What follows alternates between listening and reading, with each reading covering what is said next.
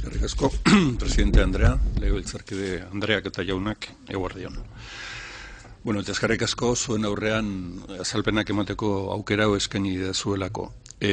Gobernu batzordearen bileratik nator zuzenean, gaur bertan maigainean izan ditugun 3 gai aurkeztera.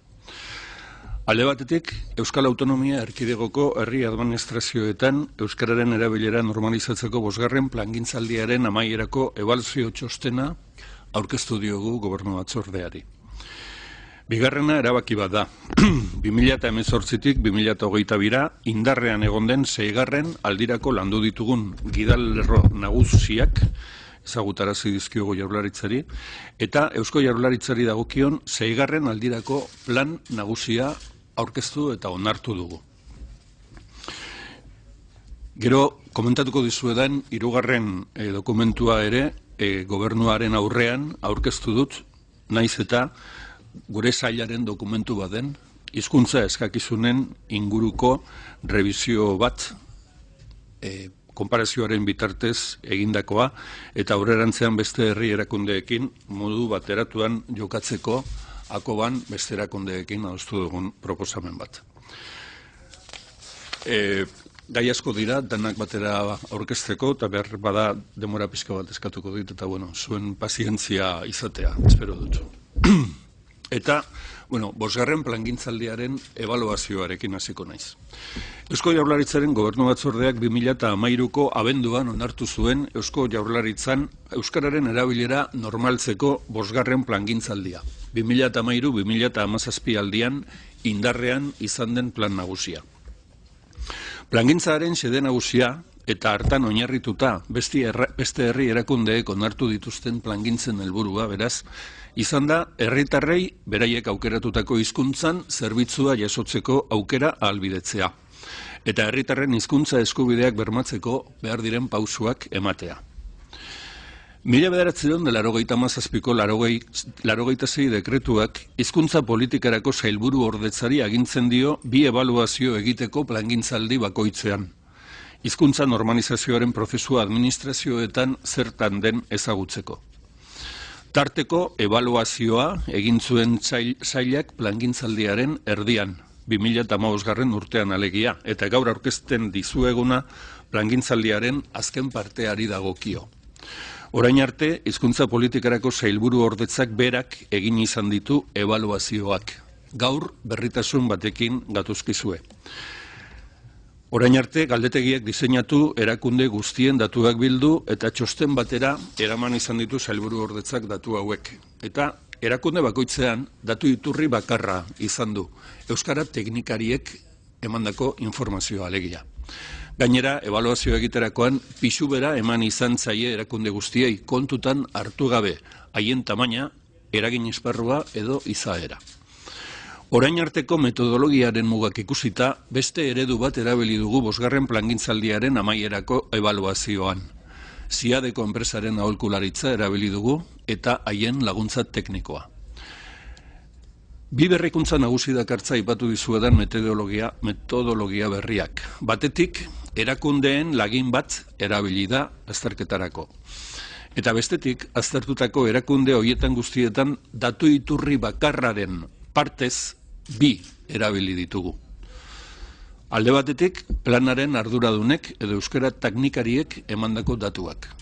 Eta beste alde batetik, zerbitzu horietako langileek beraiek emandakoak. Hartara, uste dugu informazioaren kalitatea hobetu egin dela eta datuak aztertzeko aukera gehiago izango dugu. Ebaluazioaren unibertsoa guztira 323 erakundek osatzen dute, eta 35.000 langile inguruk. Datuak estatistikoski adierazgarriak izateko 1.800 langileren lagina jaso da, eta 203 erakundetako ordezkarien erantzunak. Kasu batean eta bestean, estatistikoki akats tartea ez da 100% iristen. Badugu beraz, aurreneko aldiz, gai honen ikuspegi osoa eta neurgarria edukitzeko modua. Horrek jakina zaildu egiten du aurreko ebaluazioetako datuekiko konparazioa. Zerotik abiatzen gara bada. Ebaluazio honetan, eta hemendik aurrera metodologia bera erabilita posible izango da konparazioak egitea eta normalizazioaren evoluzioa modu neurgarri eta objektibo batean aztertzea. Konparaziorik egin ezin den arren, bai atera ditugu ondorio batzuk eta zuekin partekatu nahi ditugu. Hona hemen lehenengoa. Langileen hizkuntza gaitasuna handia da Euskal Administrazioetan, batez ere gazteena. Datu ofizialen arabera, derrigortasun data duten lanpostuak 74 dira. Eta derrigortasunik ez dutenak 136.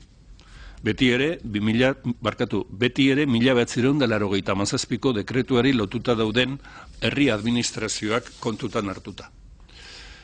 Derrigortasun data duten postuetan 182 egiaztatuta dute dagokien hizkuntza eskakizuna. Eta 5 dagokiena baino baxuagoren bat.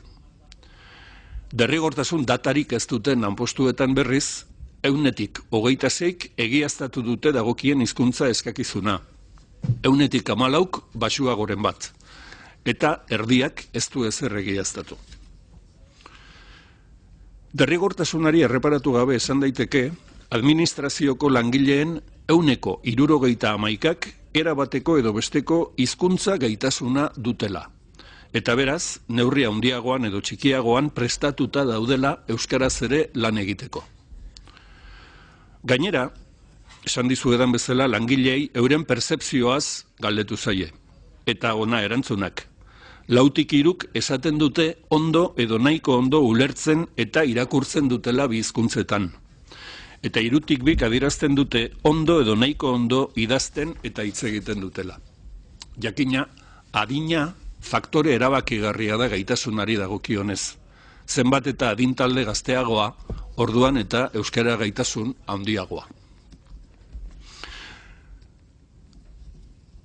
La primera conclusión de la evaluación que hemos realizado sobre el periodo comprendido entre los años 2013 y 2017 es que los trabajadores y las trabajadoras de las administraciones públicas vascas poseen una capacidad lingüística desarrollada, tanto en castellano como en euskera, y que el 71% de ellos y de ellas tiene alguna capacitación lingüística acreditada. Esta capacidad se demuestra incluso entre los que ocupan puestos que no tienen asignada una fecha de preceptividad, que son algo más del 35% del total. E incluso en estos casos casi la mitad ha acreditado algún perfil. Nola dago euskararen egoera zerbitzu hizkuntza bezala. Lortutako datuak aztertu ditugu. Irudiari dagokionean elebitasuna nagusitzen da. Elebietako ereduaren indarra nabarmena da herri erakundeen iruditerian, batez ere errotulazioan, argitalpenetan eta esparru digitalean. Jendaurreko ekitaldietan ordea, elebitasunak indar txikiagoa du.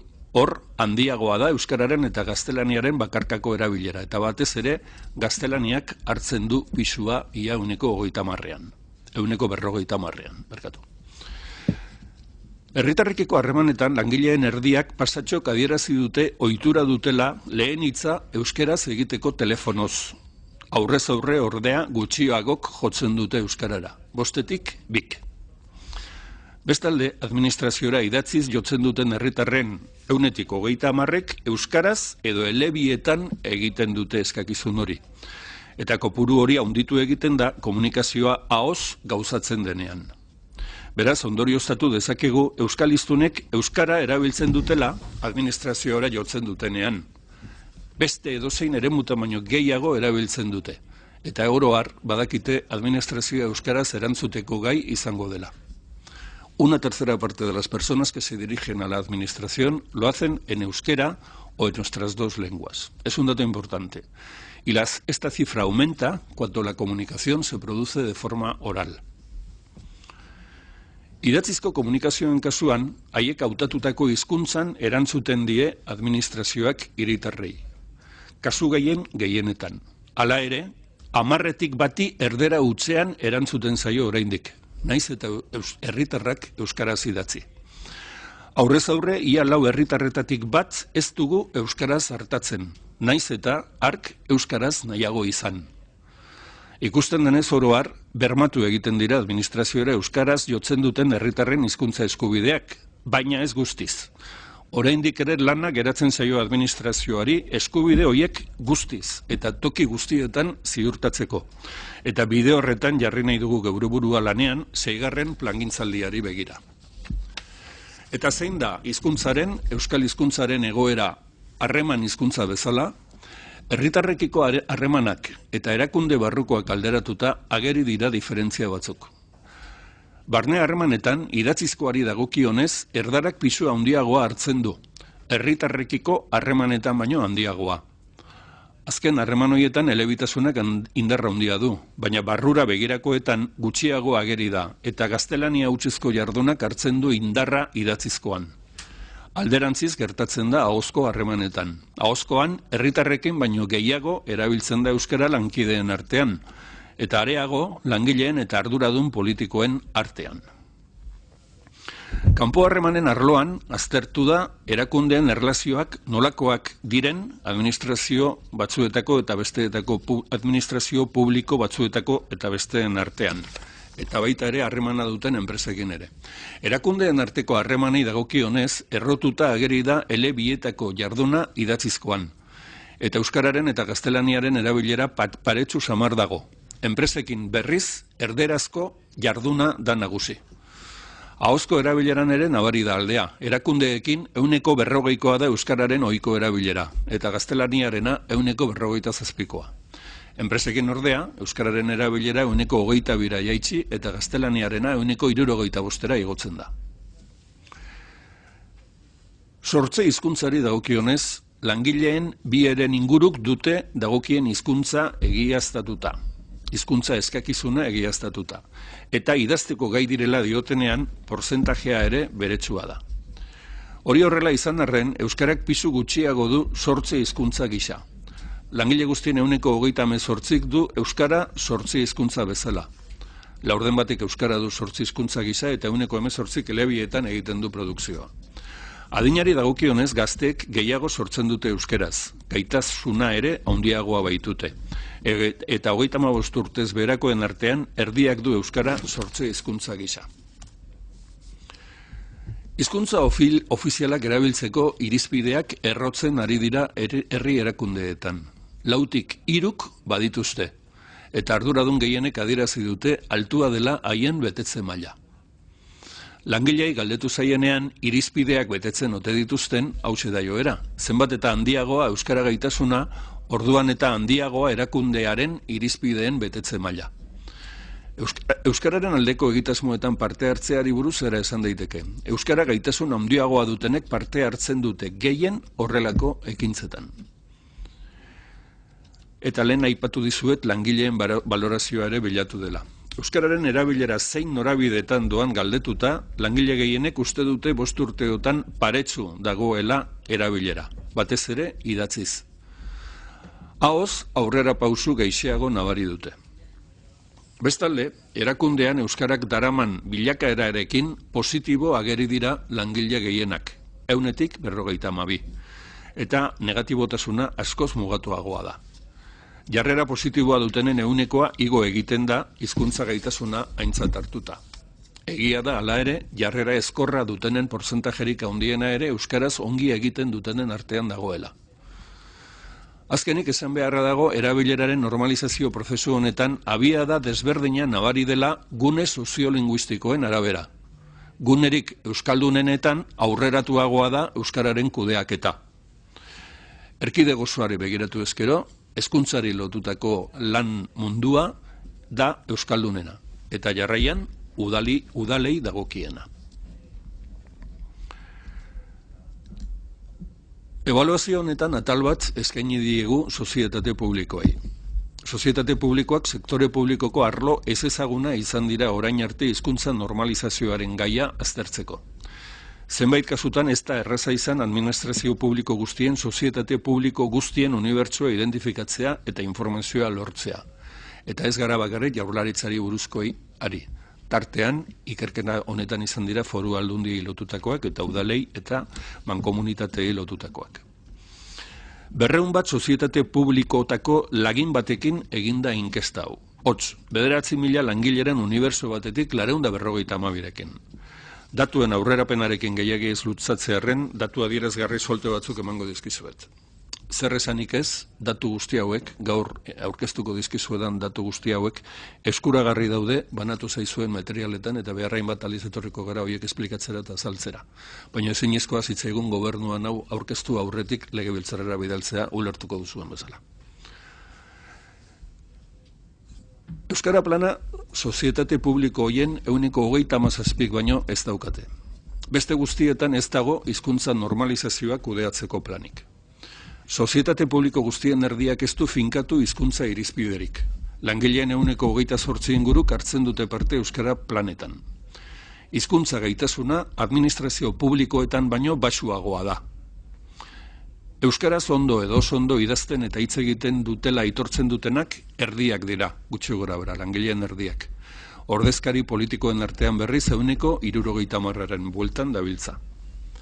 Herritarren euskarazko idatziei 50% baino gutxiagotan erantzuten zaio euskaraz, eta 20% gaztelania hutsez. Herritarrekiko ahozko harremanetan langileen 60% esaten dute lehen hitza euskaraz. Barne harreman idatzi zeina ahozkoei bagagozkie, gaztelania da hizkuntza nagusia 60%, baina kopuru hori jaitsi egiten da ordezkari politikoekiko komunikazioetan. Kanpo harremanetan elebitasuna gailendu egiten da idatziz, eta gaztelania ahozko komunikazioetan. Beraz, egoera hau ikusita, bultzada eman nahi diogu euskararen normalizazio prozesuari sozietate publikoetan 6. plangintzaldiaren hasiera honetan. Onaino modu laburrean 2013 eta 2017 urteen bitartean indarrean egon den 5. plangintzaldiaren ebaluazioa.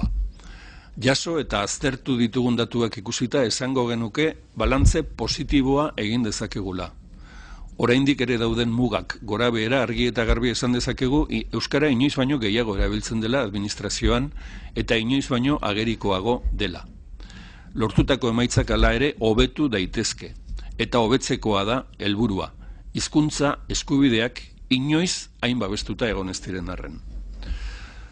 Agenda estrategikoan aipatu bezala, eta datorren astean izango dugu agenda hori zuen errean aurkezteko aukera, zerbitzu hizkuntza bezala euskararen kasuan 100% bermatzea da. Ezin daiteke beste helburu bat izan, eta buru eta belarri lan egingo dugu hori lortzeko. El análisis concreto de los ámbitos que se han elegido para la realización de la evaluación presenta, por tanto, claros y oscuros.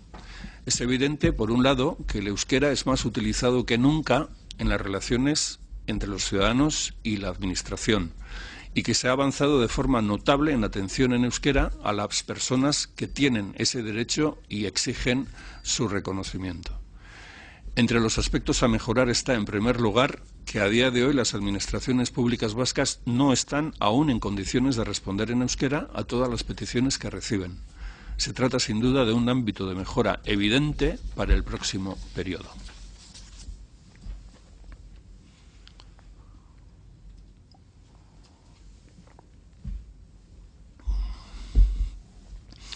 Bueno, onaino, 5. plangintzaldiaz gobernu batzordeari aurkeztu diodan ebaluazioa edo balantzea. Eta orain, aurkeztu nahi dizkizuet, gaurko gobernu bileran Jaurlaritzak onartu dituen ildo estrategiko berriak eta Jaurlaritzarako 6. plangintza nagusia. 2018ko urtarrilaren batean hasi dana eta 2022 arte luzatuko dena.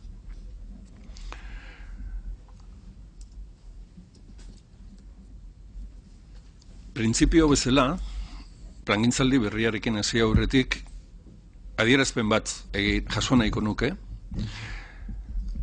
eta honela dio, euskararen legean argi eta garbi ezartzen da herritarrek euskara eta gaztelania ezagutzeko eta erabiltzeko eskubidea dutela, eta administrazioek bermatu egin behar dietela eskubide hori.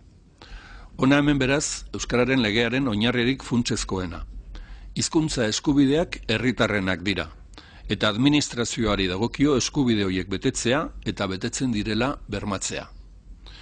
Esaldi gutxi batzuetan laburtu behar banitu plangintzaldi berri honen helburu nagusiak 3 hauek azpimarratuko nituzke. Euskara lan hizkuntza, administrazio elebiduna eta kudeaketa eredu berria. Euskara lan hizkuntza esaten dugunean, zen nahi dugu, euskarak indarra handia hartu duela zerbitzu hizkuntza bezala. Orain, bultzada handi bat eman behar zaio lan hizkuntza ere bihurtu dadin, bi hizkuntzen berdintasuna lortzeko bidean. Administrazio elebiduna, euskara eta gaztelania izanik hizkuntza ofizialak, normalizazio plan honen xedea da aurrera pausu sendoak ematea, administrazioa elebiduna izan dadin, alegia, bi hizkuntza ofizialetan normaltasunez lan egiten duena. Hori delako gure ustez, herritar guztien hizkuntza eskubideak bermatzeko biderik eraginkorrena. Eta kudeaketa eredu berria. Euskararen erabilera kudeatzerakoan, lehengo ez gainera indar berezia eman nahi diegu kudeaketa aurreratuarekin zerikusia duten kontzeptuei. Adibidez, izaera estrategikoari, ebaluazioari eta koordinazioari. Jaurlaritzari dagokionez, plangintzaldi berriaren abiapuntua gure ustez egokia da. Gaur egungo egoerak esaten digu administrazio orokorreko eta erakunde autonomiadunetako langileen hizkuntza gaitasuna handia dela. 10 langiletatik 7 egiaztatuta dute hizkuntza eskakizunen bat, eta horrek bidea ematen du administrazioan euskara ere lan hizkuntza izan dadin. Helburu potoloak dira.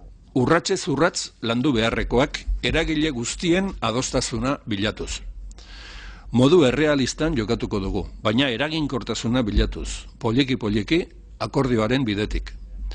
Alderdi politikoekin hitz egin dugu eta egingo dugu, eta baita administrazioetako langileen ordezkariekin ere. Plangintzaldi berri honi begira, hizkuntza politikako sailburu ordetza bitan batu da sindikatuetako ordezkariekin, gidalerro eta kudeaketa ereduaz hitz egiteko. Baita beste administrazioetako euskara teknikariekin ere. Eta ebaluazio posible egiteko ezinbestekoa da helburuak zehaztea. Eta ona helburuak. Lehenengoa, Eusko Jaurlaritzako sail guztiek herritarrekiko harremanetan hizkuntza eskubideak bermatzea 100%. Eta bi, euskararen erabilerari buruzko adierazle bakoitzean 15 puntutan gora egitea plangintzaldiaren amaierarako. Bigarren helburua osorik lortuko ez balitz edonola ere Eusko Jaurlaritzaren batazbesteko hasiera mailaren gainetik jarrita egon beharko du 6. plangintzaldi honen amaieran. Lehen aldia izango da euskal administrazio guztiek bide beretik joko dutela euskararen erabilera normaltzeko ahaleginean. Helburu, metodologia eta ebaluazio sistema bera izango dute, eta denok bide berean eta bide honean goazela bermatzeko aukera berri baten aurrean gaudela uste dugu. Plangintzaldi berrian sartu gara urtarrilaren batean, eta banan komentatuko ditut bai Jaurlaritzarako eta bai gainontzeko herri administrazioetarako adostu ditugun eta proposatzen ditugun gidalerro nagusiak.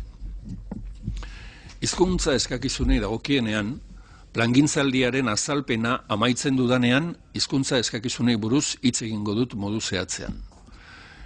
Sarrera modura esango nuke hizkuntza politikarako sailburu ordetzak txosten bat prestatu duela eta beste herri erakundeekin adostu duela herri aginteen koordinaziorako batzordearen baitan, AKOBAN.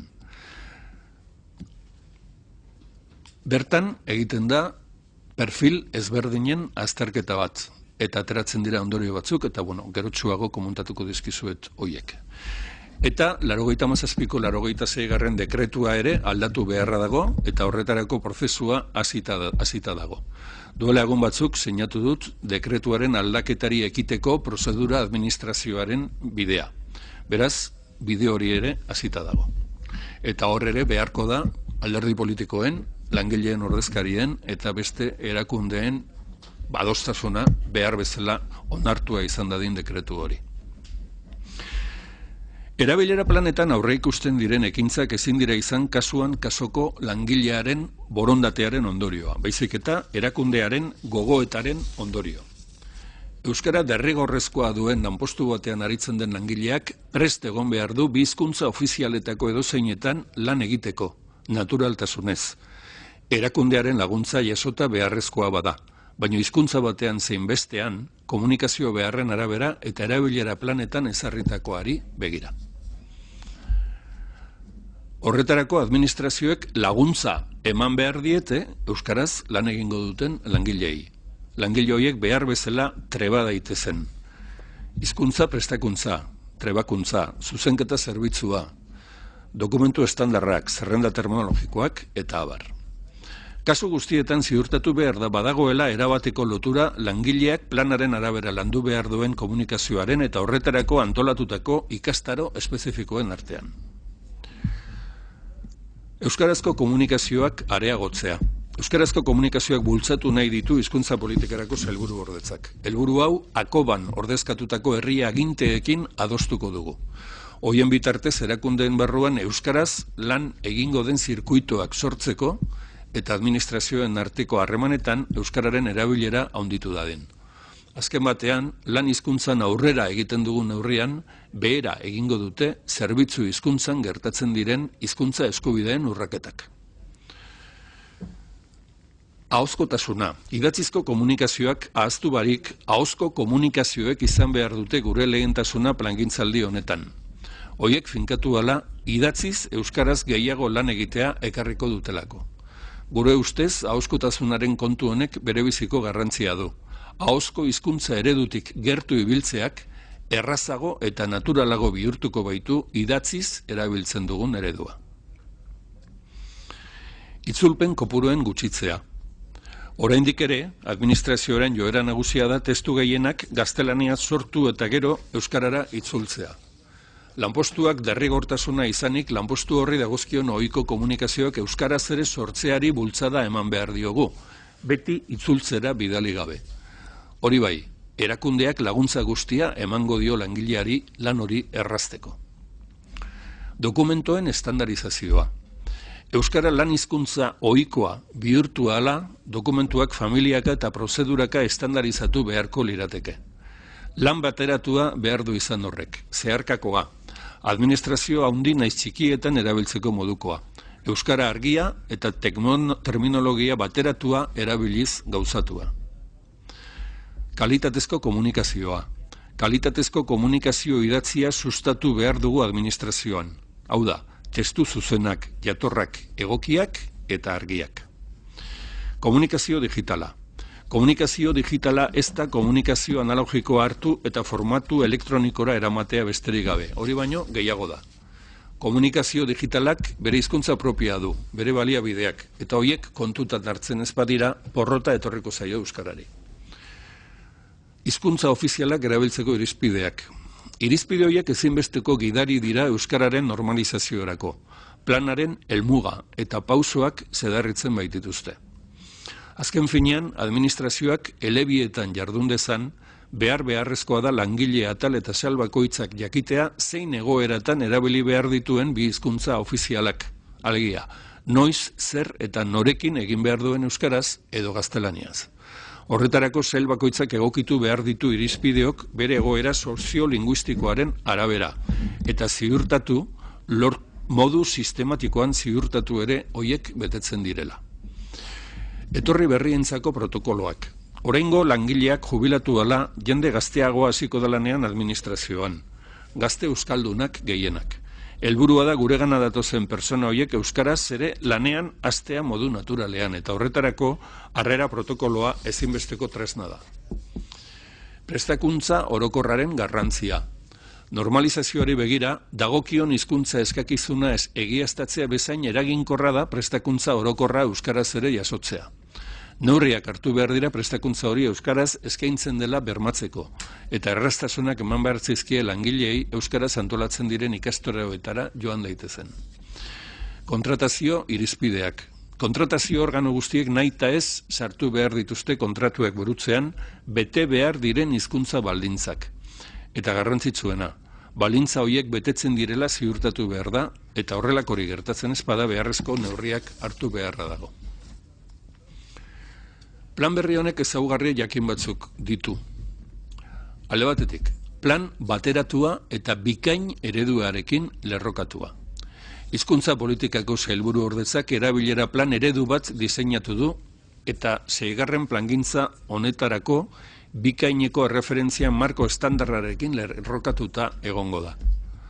Eredu hori enpresa pribatuetan ez ezik, administrazioetan ere erabiltzeko prestatuta dago. Igaz egin genion aldaketaren ondorioz. Parte hartzaileak.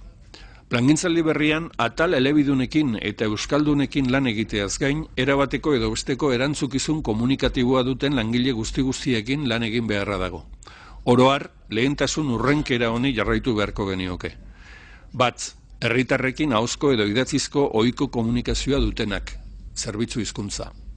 Bi, erakundearen barruan zerbitzu klabeak eta transversalak ematen dituztenak, alegia, lan hizkuntza. Legea aholkularitza, kontratazioa, personala, informatika, aurrekontuak. Eta 3, beste administrazioekiko harremanetan jarduten dutenak. Harreman hizkuntza. Sail bakoitzak plangintzaldiaren lehen urtean ikusi behar du nun dagoen adierazleak erabilita. Erabaki behar du zein helburu jarri nahi dizkion bere buruari. Eta horren arabera non egon nahi duen 5 urte barru plangintzaldiaren amaieran. Horri deitzen diogu plan estrategikoa. Sail batek urtero jartzen dituen ekintzek urteko kudeaketa plana osatzen dute. Ebaluazioa. Hizkuntzarako politika sailburu ordetzak antolatutako ebaluazio berriaren ondorioz, datu homogeneoak, fidagarriak, ponderatuak eta eragin linguistiko handienekoak eskuratu dira. Datu horiek abiapuntu harturik erraza izango da hemendik aurrera adierazle bakoitzaren jarraipen zehatza egitea. Informazio hori ezinbestekoa baita normalizazio prozesuaren eboluzioa ezagutzeko. Gainera, planak ebaluatzeko garaian, planifikatzeko garaian bezala, bikain ereduaren adierazleak erabiliko dira. Hau da, entitate guztiek adierazle berberen arabera ebaluatuko dute euren erabilera plana. Aplikazio berria. Hizkuntza politikarako sailburu ordetzak aplikazio berri bat diseinatu du erabilera planen kudeaketa errazteko. Aplikazio berria erabilita, Eusko Jaurlaritzako euskara teknikariek gauzatu ahal izango dituzte bai erabilera plan estrategikoa, bikain berriko referentzia markoari oinarritutakoa, eta bai urteko kudeaketa planak. Planaren kudeaketa aurreratua. Plangintzaldi berrian, kudeaketa aurreratuaren sistema bultzatuko da. Euskararen normalizazioaren kudeaketa erakundearen, kudeaketa orokorraren barruan txertatu beharra dago. Planaren eragina behar bezalakoa izango dela ziurtatzeko. Kudeaketa berriak agintari politikoen konpromiso osoa eta egiazkoa eskatzen du. Arduradun eta talburuen inplikazio zuzena eta langileen parte hartze aktiboa. Zeharkakotasuna bermatzen da horrela. Normalizazio teknikariaren lana goitik bera aldatuko da kudeaketa berri honekin. Hemendik aurrera hizkuntza teknikaria ez da izango planaren diseinatzaile, kudeatzaile, sustatzaile eta erantzule bakarra. Aitzitik, normalizazio teknikaria prozesuaren koordinatzaile eta laguntzaile bihurtuko da kudeaketa aurreratuaren sistemarekin. Hemos evaluado de forma rigurosa la situación del euskera en relación a su uso como lengua de servicio, como lengua de trabajo o como lengua de relación en el gobierno vasco. Y lo hemos hecho tanto a nivel general de gobierno como de cada uno de sus departamentos. Sabemos cuál es el punto de partida y dónde nos proponemos estar al final de este nuevo plan en 2012. Primero, debemos ser capaces en un 100% de atender a la ciudadanía en la lengua que elija. Y segundo, nos proponemos mejorar en 15 puntos todos los demás indicadores relativos al uso del euskera en la administración. Sail bakoitzeko planetan eta zuzendaritzaka egingo diren mikroplanetan helburu horri begira planifikatu beharko dituzte urteroko ekintzak. Plangintzaldiaren amaieran beste ebaluazio bat egingo dugu eta adierazleak erabilita helburuen betetze mailan neurtuko dugu. Zenbateraino egin dugun aurrera jakin ahal izateko. Gure proposamena da era berean Jaurlaritzako sailak pausuz pausu bikain sistemara egokitzea. Alegia, sail guztiek edo bertako zerbitzu nagusiek banan-banan beren egoeraren diagnostikoa egitea, helburuak ezartzea eta bikain ebaluazioetara aurkeztea. Kudeaketa sistema horretan oinarrituko da Eusko Jaurlaritzako plana, eta hango eta hemengo administrazioetan abian jarriko dira beste 100 plan ere. Espero dezagun emaitza bikainak izatea. Laburtu dizkizuedan plan nagusia eta ildo estrategiko nagusia hauek ez dira hizkuntza politika kudeatzen duen gure sailaren plana. 6. plangintzaldi hau Eusko Jaurlaritza osoaren esku ipintzen dugun plan estrategikoa da, eta zeharkakoa izatea nahi dugu. Hemendik aurrera Jaurlaritzako sailera eta erakunde autonomiadun guztiek euren plan estrategikoak egin beharko dituzte, baita gainerako herri erakundeek ere.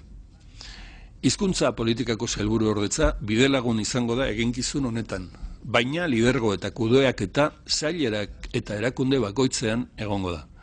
Eta ez da hizkuntza teknikarien kontua izango. Guztiena izan behar du.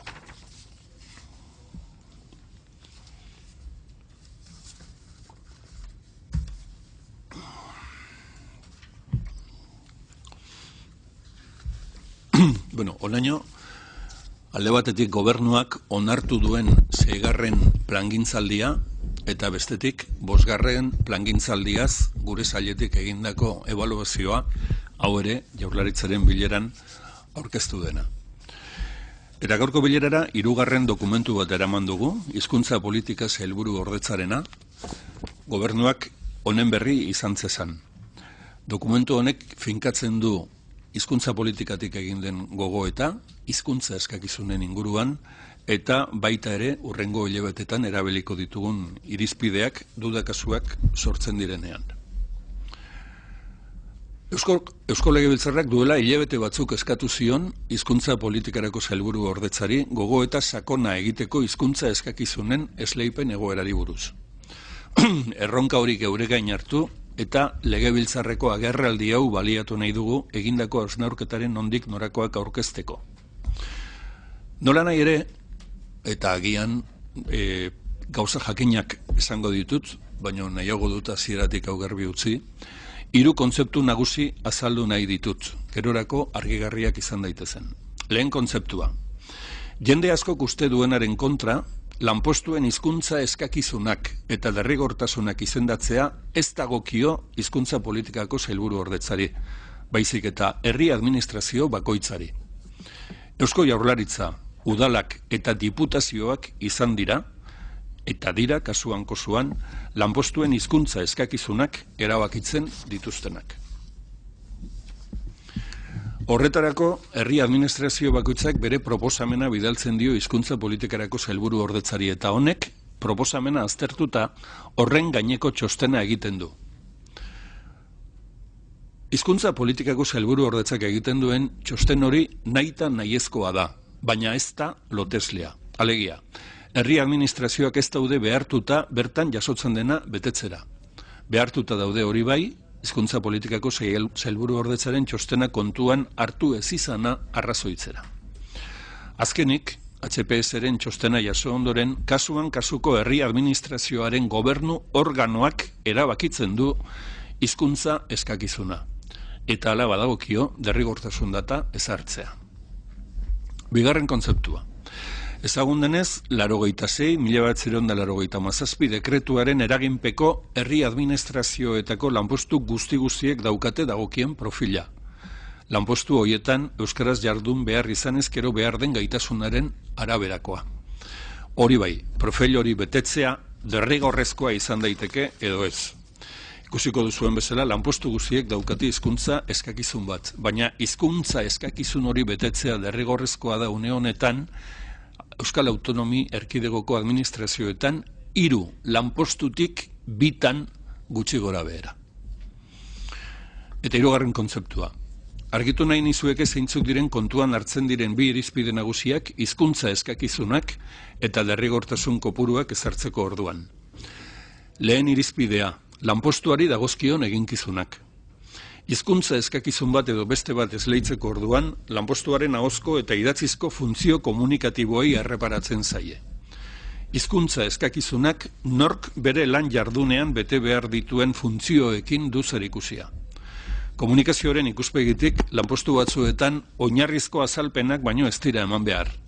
Beste batzuetan aldiz, txosten teknikoak idatzi behar dira edo testu teknikoak eskaratu behar dira. Honen inguruan ari gara lanpostuei dagozkien eginkizunez hitz egiten dugunean. Eta hauxe da, hizkuntza eskakizun bat edo beste bat ezartzeko orduan kontuan hartzen den lehen irizpidea. Bigarren irizpidea inguru soziolinguistikoa da. Kontutan hartzen den bigarren kontzeptua lanpostu bakoitzaren inguruak duen inguru soziolinguistikoa da. Profila derrigorrezko izango duten lanpostuen kopurua ezartzeko orduan, leku bakoitzaren egoera soziolinguistikoa hartzen da kontuan beraz. Inguru horrek duen euskaldun kopurua eta euskaldun hartzaileen kopurua aintzat hartzen da. Gauzak honela adibidez, Azkoitiko eta Laguardiako udaltzainek hizkuntza eskakizun bera daukate, euren funtzioei dagokielako perfil hau. Baina Azkoitian derrigortasuna asko handiagoa izango da, Gipuzkoako inguru hartan herritar euskaldun gehiago dagoelako. 10 lanpostuko deialdi bat aterako balitz Azkoitian, ia guztiei eskatuko litzaieke hizkuntza eskakizuna derrigorrez egiaztatzea. Arabako herrian, aldiz, Laguardian, gutxiago izango lirateke hizkuntza eskakizuna derrigorrez egiaztatu beharko luketenak. Hortaz, hizkuntza eskakizunak nork bere lan jardunean bete behar dituen funtzioekin du zerikusia. Eta derrigortasunak berriz, egoera soziolinguistikoarekin, ingurune sozialean euskararen ezagutzak eta erabilerak duten egoerarekin alegia. Lortu ditugun ondorioetara heltzeko, ikerketa luze, zabal eta sakona egin behar izan du azken hilabeteotan herri administrazioetan hizkuntza normalizatzeko zuzendaritzak. Errebizio edo ikerketa honen helburua bikoitza izan da. Alde batetik aztertu nahi izan dugu hizkuntza eskakizunak modu homogeneoan dauden esleituta lanpostuetan, ala aldiz, sakabanaketa eta disfuntzioak ote dauden. Eta horrela izan ezkero, desaereka hori zanbaterainokoa den. Bestetik, proposamen orokor bat egina izan da, lanpostuei esleitu dakizkiekeen hizkuntza eskakizunik egokienak zehaztuz. Datu esanguratsuak lortzeko, 1997ko 86 dekretuaren aplikazio eremua osatzen duten erakundeetako lanpostuak aztertu dira. Izan ere, dekretu haunen bidez arautzen baita euskararen normalizazioa EAEko administrazio publikoetan. Eta ikerketan sartu diren erakundeak honako hauek dira. Administrazio erkidegoko administrazio orokorra, udalak, mankomunitateak eta kuadrilak, foru aldundiak eta batzar nagusiak, Euskal Herriko Unibertsitatea, Eusko Legebiltzarra eta Arartekoa, herri kontuen Euskal Epaitegia, lan harremanen kontseilua, datuak babesteko bulegoa, haurreskolak partzuergoa, Etxepare Institutua eta garapenerako lankidetzaren Euskal Agentzia. Ikerketa honetatik kanpo geratu dira beraz, 97ko dekretuaren aplikazioaren eremupean ez dauden lanpostuak. Ertzaintzarenak, osakidetzakoak, justiziarenak eta hezkuntza mundukorik gehienak. Erabilitako datuak 5. plangintzaldiaren tarteko ebaluazioarekin batera eguneratutakoak dira. Guztira 38.000 eta 39 lanpostu. Lanpostu horiek guztiak 20 multzotan sailkatu ditugu, Eusko Jaurlaritzako funtzio publikoak proposatutako sailkapenean oinarrituta. Zergatik eraman ditugu lanpostu horiek 20 multzotara? Asko dira arrazoiak. Lehenengo eta behin zerrenda erabilgarria nahi genuen ikerketa honetan. Denok erraz konsultatzeko modukoa, eta milaka erregistro dituen zerrenda batek ez du hasierako baldintza hori betetzen. Gainera, kontutan hartu behar da lanpostu batek izendapen ugari izaten dituela toki batean edo bestean erkatu ezkero. Eta alderantziz, izen ezberdineko lanpostu askoren atzean, funtzio eta atasa berak edo oso antzekoak ezkutatzen dira.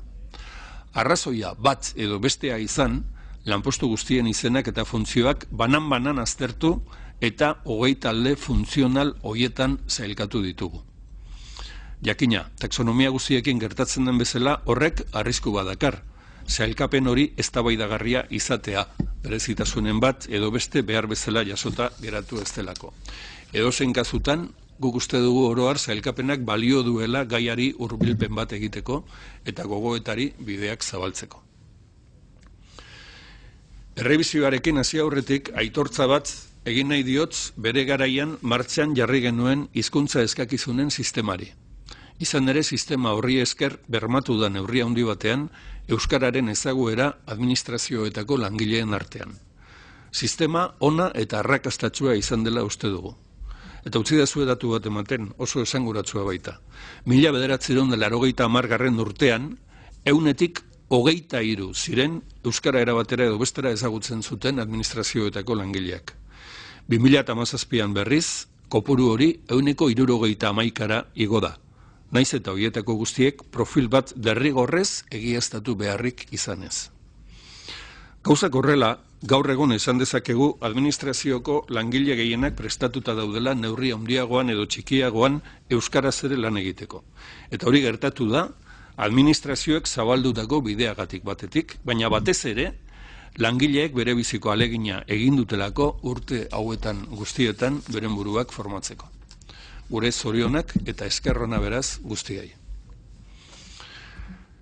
Edozein kasutan ere badakigu sistemak bere mugak dituela. Izan ere, euskararen normalizazioa administrazioetan ezin da bakar-bakarrik oinarritu hizkuntza eskakizunen esleipenetan. Ez dugu ahaztu behar normalizazioaren benetako erronka erabilera dela eta ez ezaguera hutsa. Onartu erra dago hizkuntza eskakizunak egiaztatzeak ez dakarrela berez eta besterik gabe euskara administrazioan erabiltzea, egin berri dugun ebaluazioaren datuek erakusten diguten bezala. Aitzitik, beste faktore batzuk daude. Akreditazioa bera baino askoz garrantzitsuagoak zuzenean eragiten dutenak erabileran. Adibidez, euskararen kudeaketa aurreratua eta zeharkakoa, liderren jarrera aktiboa, erabilera planak, hizkuntza ofizialean erabilerarako irizpideen bateratze maila eta abar.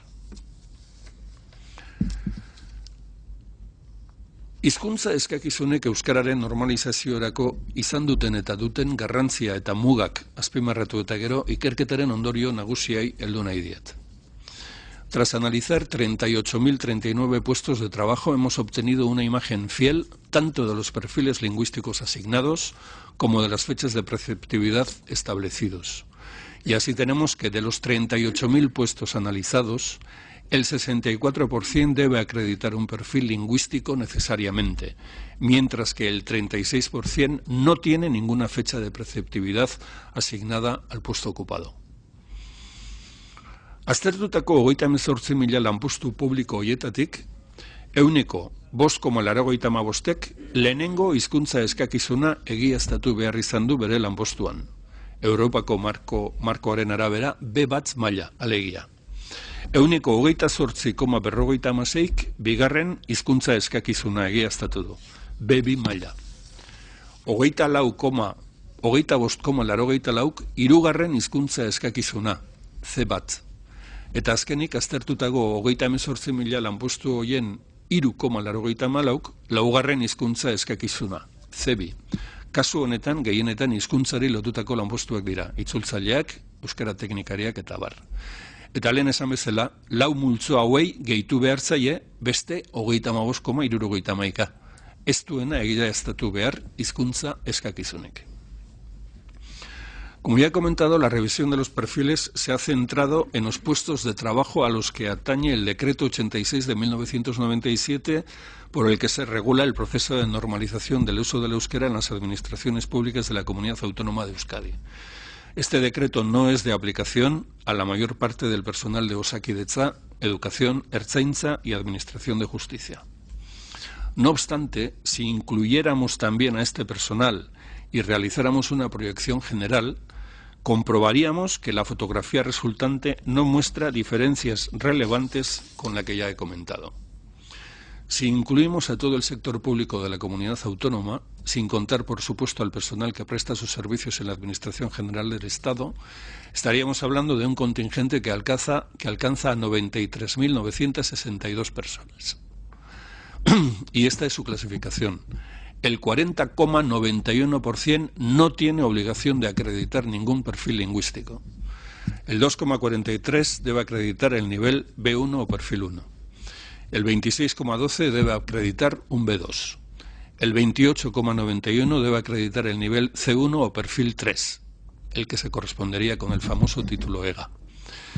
Se puede comprobar que este grupo, el perfil 3, crece algo con respecto al cuadro anterior, pero no deberíamos olvidar que en él se encuadran los docentes del sistema educativo.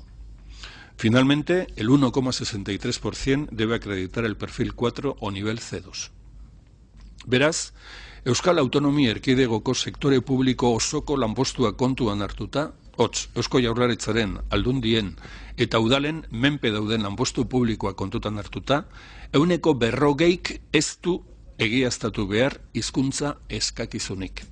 Eta egiaztatu behar dituztenen artean, C1 eta B2 mailak dira gehien eskatzen direnak. C1 eta B2 mailak dira gehien eskatzen direnak, antzeko kopuruetan. Bestalde, lanpostu publikoetarako deialdiei dagokionez, eta argi gera dadin, hizkuntza eskakizunak egiaztatzea derrigorrezkoa ez denean, meritu gisa baloratu daiteke bai, baina argi utzi behar da zer neurritan baloratu daitekeen. Lehenengo eta bigarren hizkuntza eskakizunen kasuan gehienez ere puntuazio osoaren 100% arte baloratu daiteke meritu gisa, ez gehiago. Hirugarren eta laugarren hizkuntza eskakizunen kasuan gehienez ere puntuazio osoaren 120% arte. Edonola ere, bataz besteko balorazioa 110% bueltan ibili ohi da.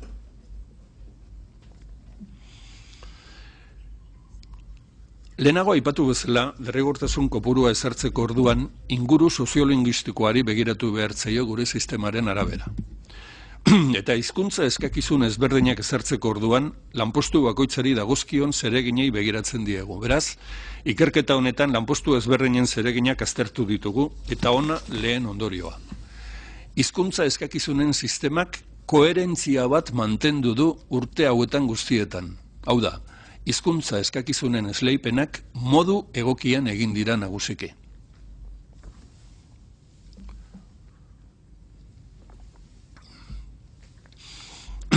El análisis de la aplicación del sistema de perfiles permite afirmar que su aplicación a lo largo de 30 años y en más de 250 administraciones muestra una gran coherencia. Y se puede afirmar que la asignación de los perfiles lingüísticos durante todos estos años ha sido mayoritariamente acertada. También es cierto que en dichas asignaciones han surgido situaciones que a veces parecen de difícil justificación, que afectarían aproximadamente al 5% de los casos analizados. Estas disfunciones se sitúan en los extremos. Pecan en algunas ocasiones de una exigencia insuficiente para las tareas que se han de desarrollar, y en otras parecen exigencias excesivas.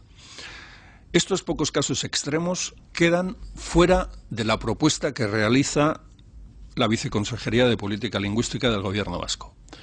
Y pensamos que deberían retirarse de las asignaciones previstas a corto plazo. Gainetik aztertuta, inkoherentzia irudi lezaketen kasu hauek gutxi direla uste dugu.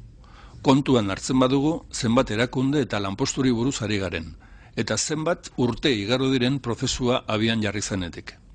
Gainera, disfuntzioak deitu daitezkeen hoiek sarritan, lanpostuen funtzioen deskribapenean daude oinarrituta. Azaldu dezagun hobeto. Lehen adierazi dizuedan bezala, hizkuntza eskakizunen esleipena lanpostu bakoitzaren ahozko eta idatzizko funtzio komunikatiboei begira egiten da. Eta funtzio horiek administrazio batetik bestera aldatu daitezkeenez, eta aldatu egiten direnez, normala da, kasu batzuetan lanpostu batek hizkuntza eskakizun bat izatea administrazio jakin batean, eta beste bat beste batean.